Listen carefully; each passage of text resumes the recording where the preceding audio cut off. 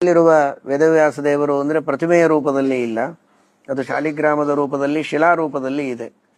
ಅದರ ಇತಿಹಾಸವನ್ನು ಸುಮಧ್ವ ವಿಜಯದಲ್ಲಿ ಮಧ್ವಾಚಾರ್ಯರ ಚರಿತ್ರೆಯನ್ನು ತಿಳಿಸುವಂತಹ ಗ್ರಂಥ ನಾರಾಯಣ ಪಂಡಿತಾಚಾರ್ಯರ ರಚನೆ ಮಾಡಿದ್ದು ಸುಮಧ್ವ ವಿಜಯ. ಅದರಲ್ಲಿ ಬರ್ತದೆ, ಪ್ರಾಪಸ ನಾರಾಯಣತಃ ಶುದ್ಧ ಶಿಲಾತ್ಮ ಪ್ರತಿಮಾ ಯಾಸು ಸ ಪದ್ಮಾಸಹಿತೋ ದೋಷ್ಯಹಿತಃ ಸನ್ನಿಹಿತಃ ಅಂತ ಸುಮಧ್ವ ವಿಜಯದಲ್ಲಿ ಬರ್ತದೆ.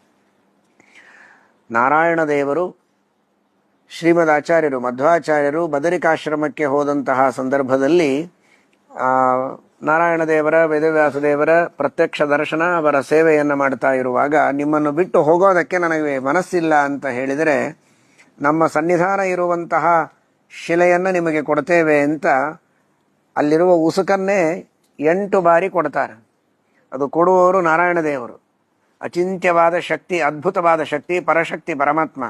ಪರಾಸ್ತ ಶಕ್ತಿರು ವಿವಿಧೈವ ಶ್ರೂಯತೆ ಸ್ವಾಭಾವಿಕಿ ಜ್ಞಾನಬಲಕ್ರಿಯಾಚ.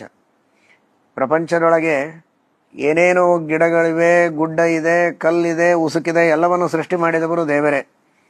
ಉಸುಕು ಕಲ್ಲಾಗ್ತದೆ, ಕಲ್ಲು ಉಸುಕಾಗತ್ತೆ ಎಷ್ಟೋ ಲಕ್ಷ ಕೋಟಿ ವರ್ಷಗಳ ಕ್ರಮದಲ್ಲಿ. ಆದರೆ ಭಗವಂತನ ಅಚಿಂತ್ಯ ಶಕ್ತಿ ಆ ಉಸುಕನ್ನು ಕೈಯಲ್ಲಿ ತೆಗೆದುಕೊಂಡು ಕೊಟ್ಟರೆ ಅದು ಕಲ್ಲಾಗಿದೆ.